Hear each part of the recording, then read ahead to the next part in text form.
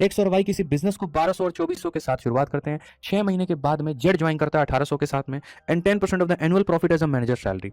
Profit का 10% हिस्सा manager की सैलरी के रूप में वो ले लेता है। Total profit for the year is 7200 रुपए। अब देखो, मानो यहां पर ये 7200 रुपए भैया हो गए। अब ये 7200 में से सबसे पहले इसमें से 10% पैसा किसके लिए निकाल दिया जाएगा, मैं वही बात आपको समझा रहा हूं, थोड़ा स्ट्रक्चर से समझा रहा हूं। पीछे वाले क्वेश्चन को मैंने स्ट्रक्चर से नहीं समझाया था। ठीक है, आप यहाँ देखिए, आपके पास में 3 लोग हैं, एक एक्स है, एक वाई है और एक जेड है। ठीक है, आपने क्या किया, पहले 10% बांट दिया। मत बांटिए, आप एक काम करिए ना, इनका एक बार देख लीजिए कि किस रेशियो में यहाँ पर ये पैसे को बांट रहे हैं। किस रेशियो में मेरे भाई यहाँ पर इन लोग पैसे को बांटे थे, 4, 8 और 3। तो ऐसे मान के चलो कि भैया ये 4 रुपए लेगा, ये 8 रुपए लेगा और ये 3 रुपए लेगा। तो यहाँ पर 4, 8, 12 और 3 कितना, 15।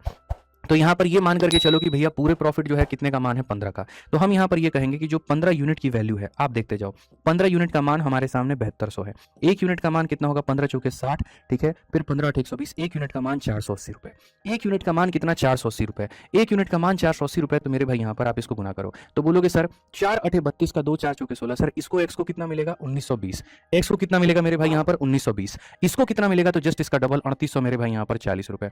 और जेड को कितना मिलेगा, 3 गुना। तो यहाँ पर ये हो जाएगा 8 तिरके 24, 4 3 12 2 14, 1440। अब क्वेश्चन में दादागिरी कौन दिखा रहा है, तो कहा गया मेरे भाई जेड दिखा रहा है। क्या मिल रहा है उसको, 10%। ठीक है, तो इसका 10% किसके अकाउंट में जाकर के जमा होगा, तो जेड में। कितना मेरे भाई यहाँ पर 10%। इसका 10% जाकर के किसके अकाउंट में जमा होगा, जेड के। और जेड का 10% तो अपने अकाउंट में रहेगा ही नहीं, रहेगा ही रहेगा। तो ओवरऑल जेड का पैसा कितना हो गया, तो बोलोगे इसका मेरे भाई हो जाता है 384, 10% हो गया। और इसका 10% हो गया 192। आप यूनिट डिजिट का कैलकुलेशन करिए, 6 आएगा। कौन ऐसा ऑप्शन है जिसमें 6 आ रहा है, तो आंसर समझ में आ गया बात यहाँ पे, क्या हो गया, तो 6 जो हो गया आंसर हो गया। तो सर ऐसे सवालों में सवालों को उड़ाना होता है। तो क्वेश्चन नंबर 22 हम आपको देते हैं, ऐसे ही मेरे वाले तरीके से उड़ाओ और मेरे भाई यहाँ पर बनाओ। ठीक है,